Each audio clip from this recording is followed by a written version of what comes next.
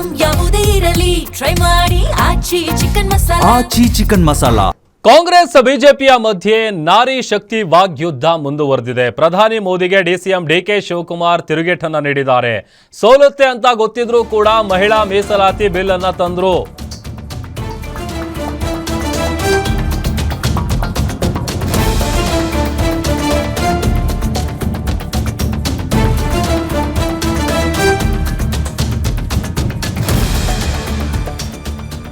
ಮಹಿಳಾ ಮೀಸಲಾತಿ ವಿಚಾರಕ್ಕೆ ಸಂಬಂಧಪಟ್ಟಂತ ಜಟಾಪಟಿ ಕೈ ಕಮಲದ ನಡುವೆ ನಡೀತಾ ಇದೆ. ಈ ಒಂದು ನಾರಿ ಶಕ್ತಿ ವಾಗ್ಯುದ್ಧ ಕಾಂಗ್ರೆಸ್ ಮತ್ತೆ ಬಿಜೆಪಿ ಮಧ್ಯೆ ಮುಂದುವರಿತಾ ಇದೆ. ಪ್ರಧಾನಿ ಮೋದಿಗೆ ಡಿಸಿಎಂ ಡಿಕೆ ಶಿವಕುಮಾರ್ ಅವರು ತಿರುಗೇಟನ್ನ ಕೊಟ್ಟಿದ್ದಾರೆ. ಸೋಲುತ್ತೆ ಅಂತ ಗೊತ್ತಿದ್ರು ಮಹಿಳಾ ಮೀಸಲಾತಿ ಬಿಲ್ ತಂದ್ರು. ಮಹಿಳಾ ಮೀಸಲಾತಿ ಅವರೊಬ್ಬರ ಆಸ್ತಿ ಅಲ್ಲ, ಅದು ದೇಶದ ಆಸ್ತಿ. ಮಹಿಳಾ ಪರ ನಿಂತಿರೋದು ಕಾಂಗ್ರೆಸ್ ಮತ್ತೆ ಇಂಡಿ ಒಕ್ಕೂಟ. ನಮ್ಮನ್ನ ಕರೆಯದೆ ಉತ್ತರದಲ್ಲಿ ಕ್ಷೇತ್ರ ಜಾಸ್ತಿ ಮಾಡೋದಕ್ಕೆ ಇವರು ಹೊರಟಿದ್ರು. ಇದನ್ನ ಯಾರೂ ಸಹಿಸೋದಕ್ಕೆ ಸಾಧ್ಯ ಇಲ್ಲ ಅಂತ ಡಿಕೆ ಶಿವಕುಮಾರ್ ಹೇಳಿದ್ದಾರೆ. ಕೇಂದ್ರ ಸರ್ಕಾರ ಸುಮ್ಮನೆ ಗೂಬೆ ಕೂರಿಸುವಂತ ಕೆಲಸ ಮಾಡ್ತಾ ಇದೆ. ವಿರೋಧ ಪಕ್ಷ ಬಿಡಿ, ಆಡಳಿತ ಪಕ್ಷದವರಿಗೆ ಬಿಲ್ ಬಗ್ಗೆ ಗೊತ್ತಿದೆಯಾ ಅಂತ ಪ್ರಶ್ನೆ ಮಾಡೋದ್ರ ಮೂಲಕ ಟಾಂಟ್ ಮಾಡಿದ್ದಾರೆ.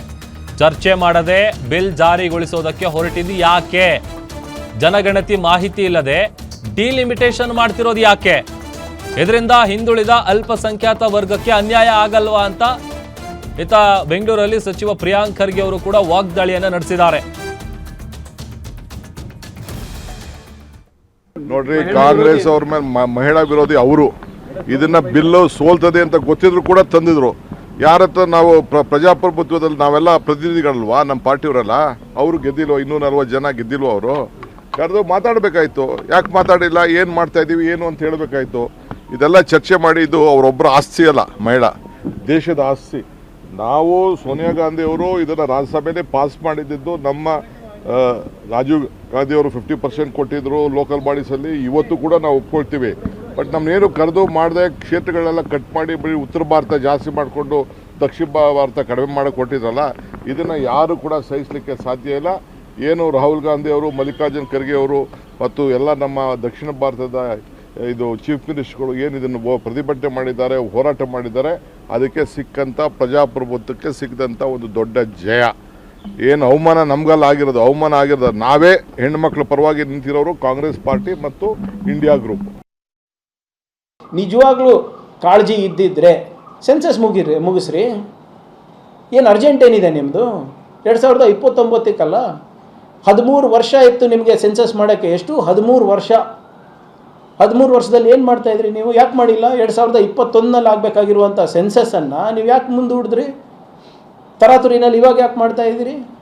ಮಾತೆತ್ತದೆ ಡಿಜಿಟಲ್ ಇಂಡಿಯಾ ಇರಬೇಕು, ನಮಗೆ ಏನೋ ಮ್ಯಾಕ್ಸಿಮಮ್ ಗವರ್ನೆನ್ಸ್, ಮಿನಿಮಮ್ ಗೌರ್ಮೆಂಟ್ ಇರಬೇಕು ಅಂತೆಲ್ಲ ಘೋಷಣೆಗಳು ಮಾಡಿದ್ರಲ್ಲ. ಯಾಕೆ ವಿತೌಟ್ ಡೇಟಾ ನೀವು ಯಾಕೆ ಡಿಸಿಷನ್ ತಗೋತಾ ಇದ್ದೀರಾ? ಬ್ಯಾಕ್ವರ್ಡ್ದವ್ರಿಗೆ ಅನ್ಯಾಯ ಆಗೋದಿಲ್ವಾ? SC ST ದವ್ರಿಗೆ ಅನ್ಯಾಯ ಆಗೋದಿಲ್ವಾ? ಆದಿವಾಸಿದವ್ರಿಗೆ ಆಗಲ್ವಾ? ಎಕನಾಮಿ ವೀಕರ್ ಸೆಕ್ಷನ್ಸಿಗೆ ಹಾಕೋದಿಲ್ವಾ? ಮಹಿಳೆಯರಿಗೆ ಆಗೋದಿಲ್ವಾ? ನೀವು ಯಾಕೆ ವಿತೌಟ್ ಸೆನ್ಸಸ್ ಯಾಕೆ ಮಾಡ್ತಾ ಇದ್ದೀರಾ ಡಿಲಿಮಿಟೇಷನ್ನು? ಯಾವ ಆಧಾರದ ಮೇಲೆ ಮಾಡ್ತಾ ಇದ್ದೀರಾ? ಇವತ್ತು ಜನಸಂಖ್ಯೆ ಎಷ್ಟಿತ್ತು, ಇವಾಗ ಎಷ್ಟಿದೆ ನಿಮಗೆ ಗೊತ್ತಿದೆ ಅಲ್ಲ.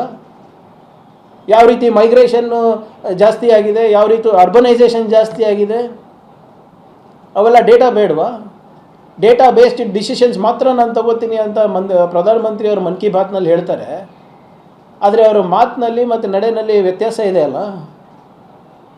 ಮಾಡಿ, ಯಾರು ಬೇಡ ಅಂದಿದ್ದಾರೆ? ಸೆನ್ಸಸ್ 1 ವರ್ಷದಲ್ಲಿ ಮುಗಿಸಿ, ಅದಾದಮೇಲೆ ಇನ್ನೂ 1 ವರ್ಷ ನೀವು ಡಿಲಿಮಿಟೇಷನ್ ಮಾಡಿ, 29 ಬರುತ್ತಲ್ಲ ಅವಾಗ. ಯಾರು ಬೇಡ ಅಂದಿದ್ದಾರೆ?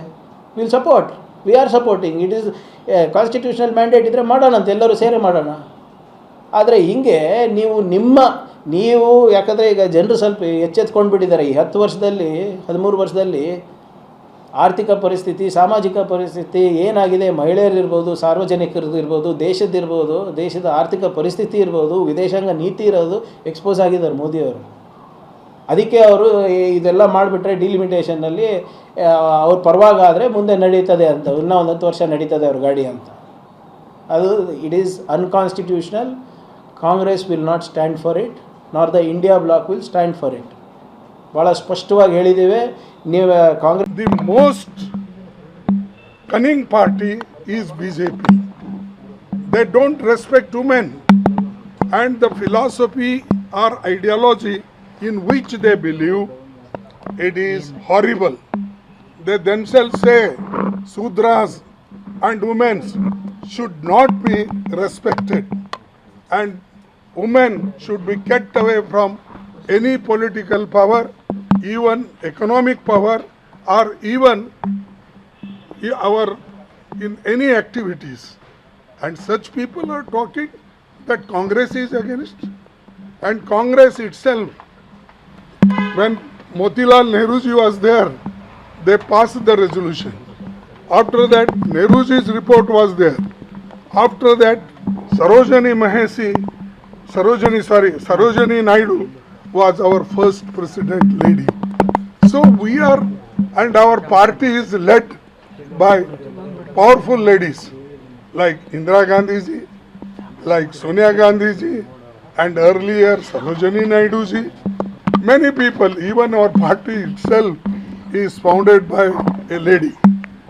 Therefore, they should not blame unnecessarily false propaganda. They should not create. So they are doing it. For that I condemn it.